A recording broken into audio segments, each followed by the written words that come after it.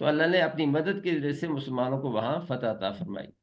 ان فی ذلک لعبرہ، فرمایا بے شک اس کے اندر عبرت ہے، عبرت کا سامان ہے، لِأُولِي الْأَبْصَارِ، آنکھوں والوں کے لیے. تو لہذا تم کسی دھوکے میں نہ رہنا کہ تمہارا تجربہ زیادہ ہے یا تمہارے پاس افرادی قوت زیادہ ہے یا اسلحہ زیادہ ہے تو اس وجہ سے تم مسلمانوں کو شکست دو گے، ایسا نہیں ہے. اور اللہ تعالیٰ نے پھر یہ یعنی مسلمانوں سے جو وعدہ تھا وہ پورا کیا، اور ان یہودیوں کو اللہ تعالیٰ نے شکست دی.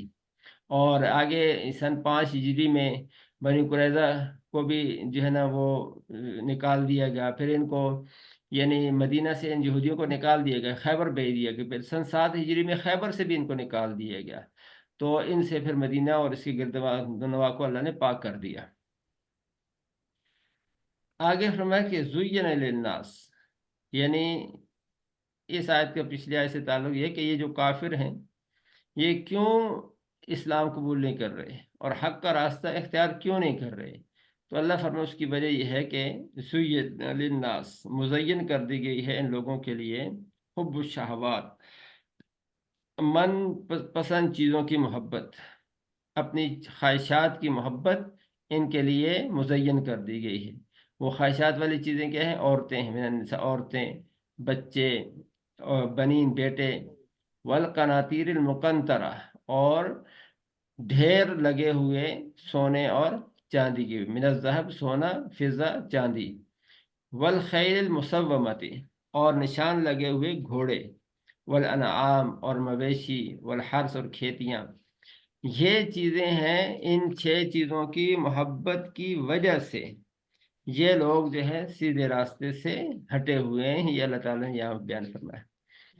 اچھا یہاں تھوڑا سا توجہ کی ضرورت ہوگی. فرمایا کہ زین للناس، لوگوں کے لیے مزین کر دی گئی ان من پسند چیزوں کی محبت. یہ 6 چیزیں ذکر کی ہیں، عورتیں ہیں، بیٹے ہیں، اور سونے چاندی کے ڈھیر ہیں، اور اسی طرح نشان لگے ہوئے گھوڑے ہیں، چوپائے ہیں، کھیتیاں. یہاں جو فرمایا مزین کر دی گئی. اب ایک بات یہ ہے کہ مزین کس نے کی ہے؟ ظاہر ہے کہ یہاں اس کا فاعل تو ذکر نہیں کہ کس نے کیا، تو مزین تو اللہ تعالیٰ نے کی ہے. ان چیزوں کی محبت، مال و دولت کی محبت، چیزوں کی محبت، یہ تو انسان کے دل میں اللہ تعالیٰ نے ہی ڈالی ہے. اور آگے جو فرمایا کہ ذالک متاع الحیات الدنیا، یہ تو دنیا کی زندگی کا تھوڑا سا سامان ہے. واللہ عند حسن المآب، اور بہترین انجام تو اللہ تعالیٰ ہی کے پاس ہے، بہتر انجام کی خوبی اللہ تعالیٰ ہی کے پاس ہے. تو ایک تو یہ ہے کہ یہ ان چیزوں کی محبت اللہ نے ڈالی ہے، اور دوسرا فرمایا کہ یہ محبت جو ہے اسلام کے اندر، اسلام سے اور دین حق کے راستے سے ان کے لیے رکاوٹ بنی ہوئی ہے. اب بظاہر دونوں چیزوں میں تھوڑا سا تضاد لگ رہا ہے کہ محبت تو خود اللہ نے ڈالی ہے، تو پھر یہ محبت جو ہے دین حق سے اور اسلام سے رکاوٹ کیوں بن رہی ہے؟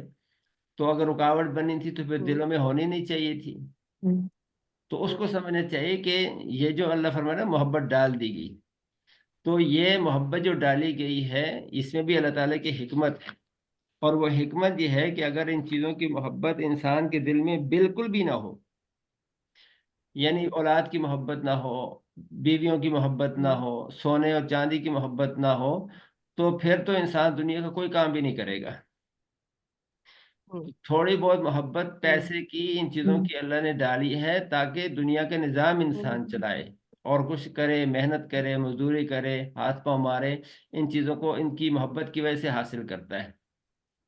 تو یہ محبت اللہ تعالیٰ نے خود ڈالی ہے تاکہ دنیا کا نظام چلے. اگر ان چیزوں کی محبت ہی نہ ہو تو پھر تو انسان لیٹا رہے گا، کوئی بھی کام نہیں کرے گا، کسی چیز کی حاصل کرنے کی کوشش ہی نہیں کرے گا، دنیا کا نظام نہیں چلے گا.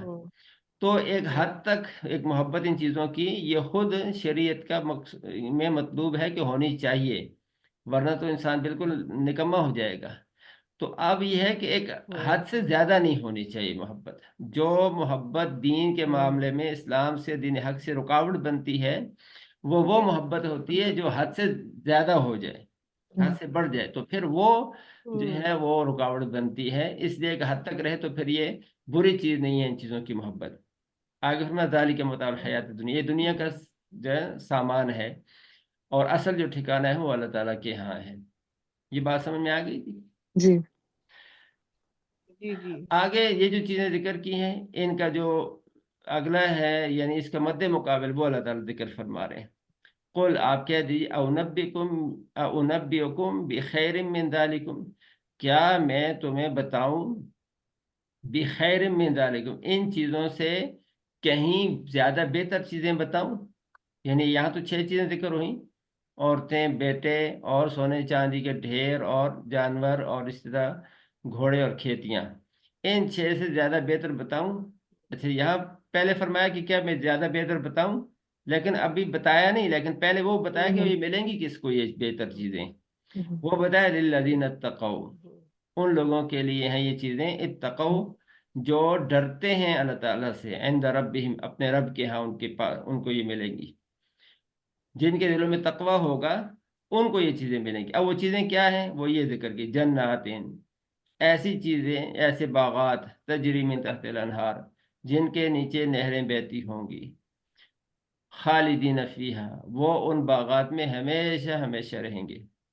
وہ ازواج مطہرۃ، دوسری چیز فرمایا کہ ان کی پاکیزہ بیویاں ہوں گی، یہ ان کو ملیں گی.